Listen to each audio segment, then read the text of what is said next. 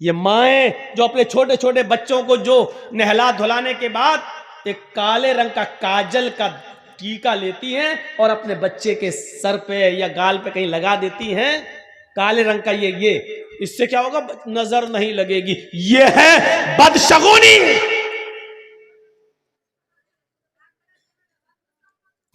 माफ कीजिएगा, सिर्फ इतना सा काला टीका लगा देने से तुम ये समझती हो कि मेरे बच्चे पे नजर नहीं लगेगी।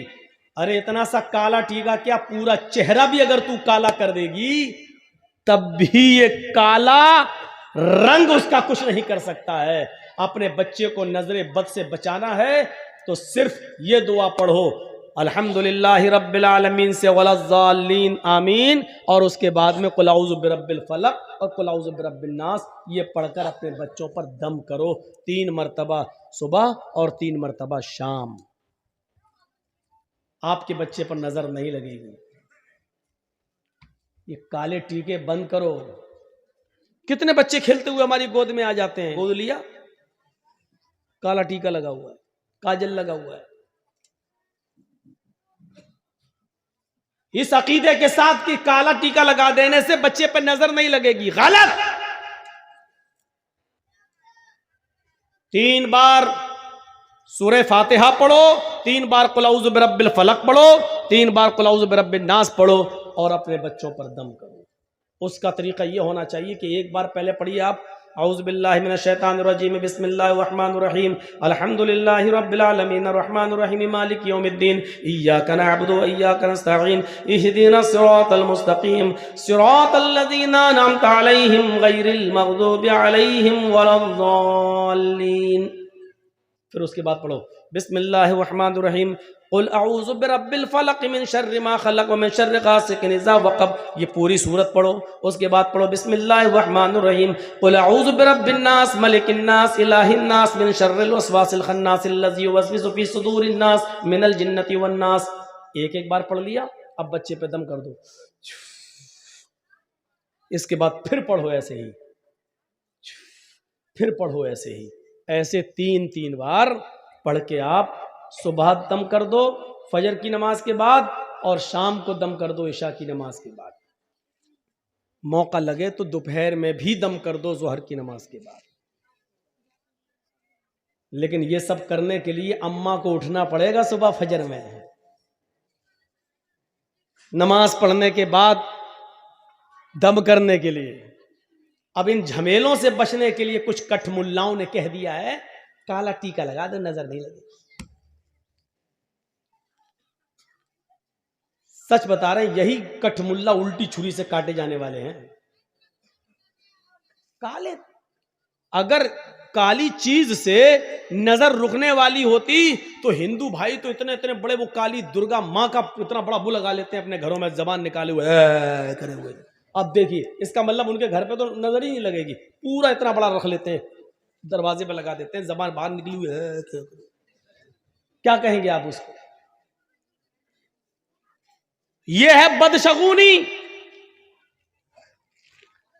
कितने बच्चों को देखता हूं नंगे घूमते हो, काला काला वो बंधा हुआ है, सब क्या गंडा बांध दिया है। फला मौलाना साहब ने पढ़ के दिया। अरे मौलाना साहब तू खुद ही बांध ले अपने कमर पे। ना इन गंडों से कुछ होना है, ना इस टीके से कुछ होना है। अल्लज़ीना हुम ला यततय्यरून, जो बदशगुनी नहीं लेते होंगे, बगैर हिसाब किताब के जन्नत में जो जाएंगे 70,000 लोग, वो कौन होंगे? जो बदशगुनी नहीं लेते होंगे। वला यक्तऊन, जो अपने जिस्म को दगवाते नहीं होंगे। दगवाना समझते हैं ना, जानवर को दागा जाता है ताकि उसको पहचान लिया जाए खेत में किसका जानवर है। इसी तरीके से यहां पर वो चलवाना, हाथ पे कुछ टेटू बनवाना, मशीन चलवाना, नाम लिखवाना या कोई टेटू बनवाना ताकि वो निशान बना रहे, इसको कहते हैं दगवाना। जो साबुन से फिर मिटता नहीं है, उसका निशान बाकी रहता है। जब तक आप ऑपरेशन नहीं कराएंगे जब तक वो मिटेगा नहीं। जितने लोगों ने अपने जिस्म को दगवाया है, पहली फुर्सत में ऑपरेशन करके इसको मिटवा दीजिए। अगर इस हाल में मर गए तो अल्लाह की कसम तुम्हारी बख्शिश नहीं होगी। जिसके जिस्म को दागा गया हो और उसने अपने जिस्म पर दगवाया हो, ऐसा आदमी अगर मर जाए तो इसकी जनाजे की नमाज पढ़ना जायज नहीं है और इसको मुसलमानों के कब्रिस्तान में दफन करना भी जायज नहीं।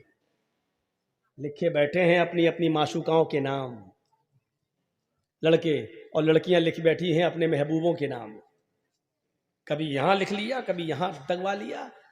साथ देख, कुछ लोग तेजाब से भी लिख देते हैं, कुछ लोग छुरी से लिखते हैं काट के। ये सब दगवाने के हुक्म में शामिल है, दगवाने।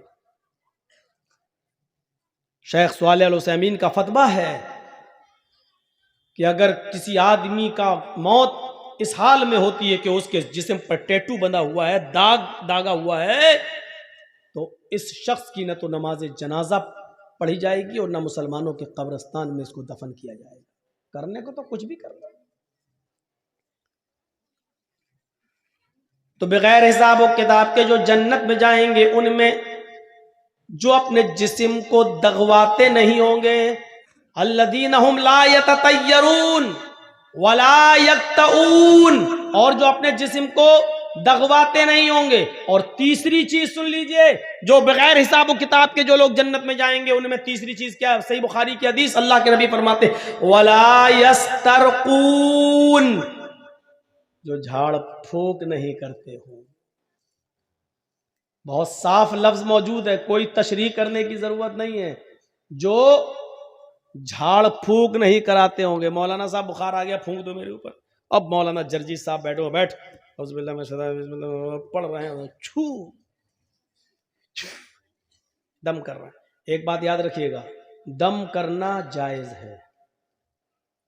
मसला याद रखिएगा, किसी बीमार आदमी पर सूरह फातिहा पढ़ना, मुअव्वज़तैन पढ़कर दम करना, अल्लाहुम्मा शफ़ी अंत शाफ़ी ला शिफ़ा इल्ला शिफ़ाउका शिफ़ा ला युगादिरु सक़मन, ये दुआ पढ़कर दम करना जायज़ है।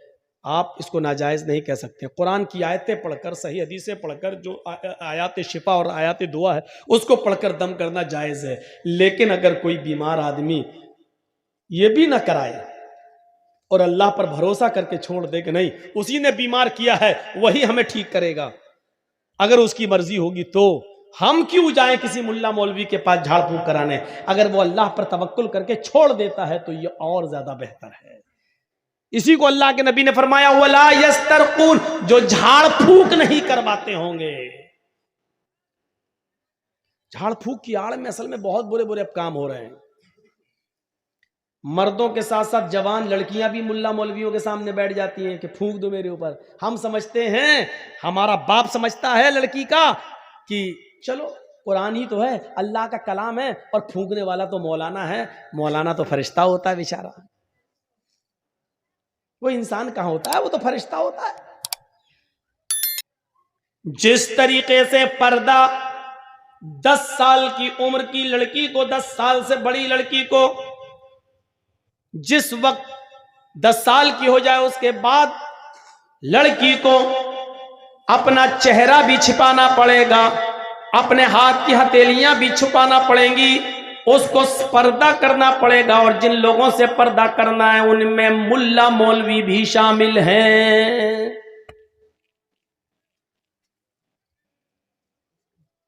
अब लड़की का बाप लड़की पर दम कर सकता है, लड़की का भाई लड़की पर दम कर सकता है, लड़की की मां लड़की पर दम कर सकती है, लड़की का शौहर लड़की पर दम कर सकता है। माफ कीजिएगा मौलाना जर्जीस, आपकी जवान बेटी पर दम नहीं कर सकते हैं सामने बिठाकर।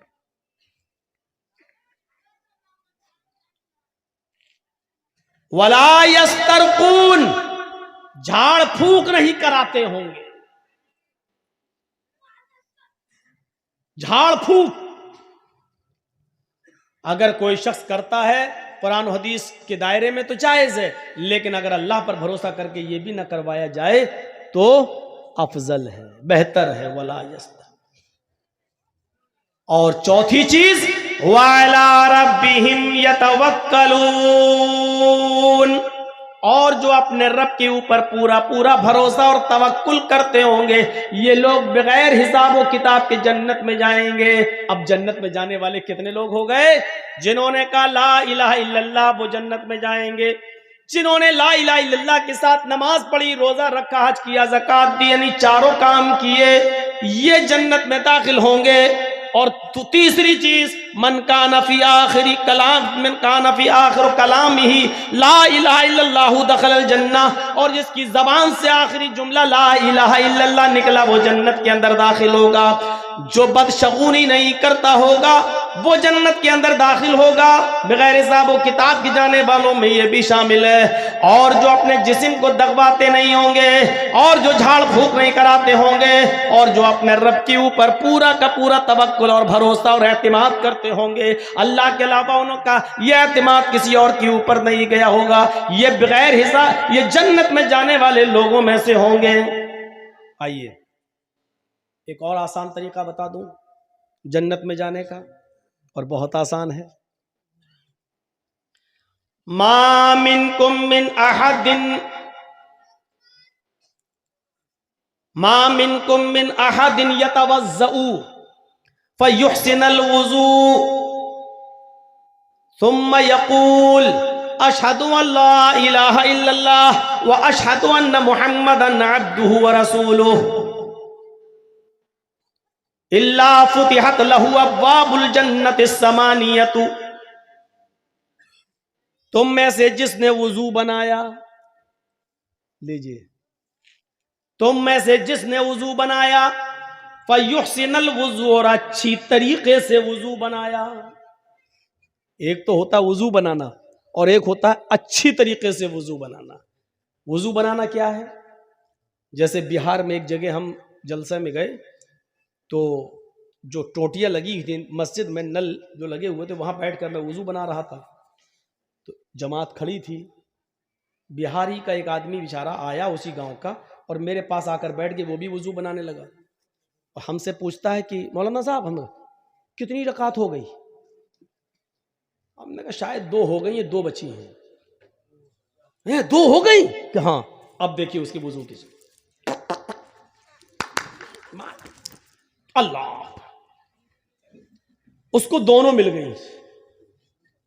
और मैं जब तक वुजू बना के पहुंचा तो मेरी एक और छूट गई। बैठा तो निकल चुकी थी, 2 रह गई थी। पूछा कितनी मौलाना कितनी हो गई? हमने कहा 2 हो गई, शायद 2 रह गई। उसने इतनी जल्दी वुजू बनाया कि जो रह गई थी वो दोनों मिल गई। अब अल्लाह बेहतर जाने कि इसने वुजू बनाया कि क्या किया, ये वुजू नहीं है।